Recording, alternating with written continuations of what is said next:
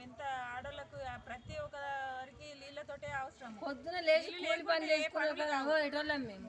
నీళ్లు లేని కూలి పని చేసుకున్నందుకు మా కూలికి రానియాక వచ్చింది. నీళ్ళు ఉంటేనే కదా కూలి చేసుకొని బతికేది. మేము కూలి పని చేసుకునే వాళ్ళకు నీళ్ళు కావాలా, ముఖం కడుక్కోవాలి, అన్ని ప్రతి ఒక్కరికి నీళ్ళు ఉంటేనే మాకు మంచిది. ఇప్పుడు 10 రోజులు అవుతుంది మేము కూలి కూడా బంద్ చేసిండు. కూలికి పోతలేము, ఏం పోతలేము, ఇంటికానే కూలి పని చేసుకుంటే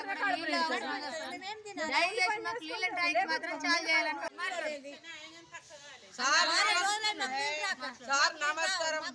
వారం రోజులు అవుతున్నది, మాకు వాటర్ లేదు తాగతందుకు. నాకైతే నడవరాదు. ఇప్పుడు మాకు చేతగాని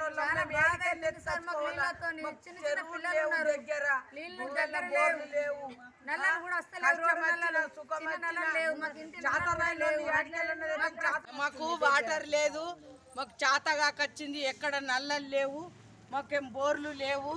మా చేతగానులం ఎక్కడ పోయి నీళ్లు తెచ్చుకోవాలా? మాకు చెరువులు లేవు దగ్గర, ఏది లేదు. మరి మోటార్ ఖరాబ్ అయి వారం అవుతుంది. మరి ఏం తాగాల మేము? ఈ పరిస్థితి ఏంది? మా ఇది మా గల్లీకి ఎవ్వరు వచ్చి ఏం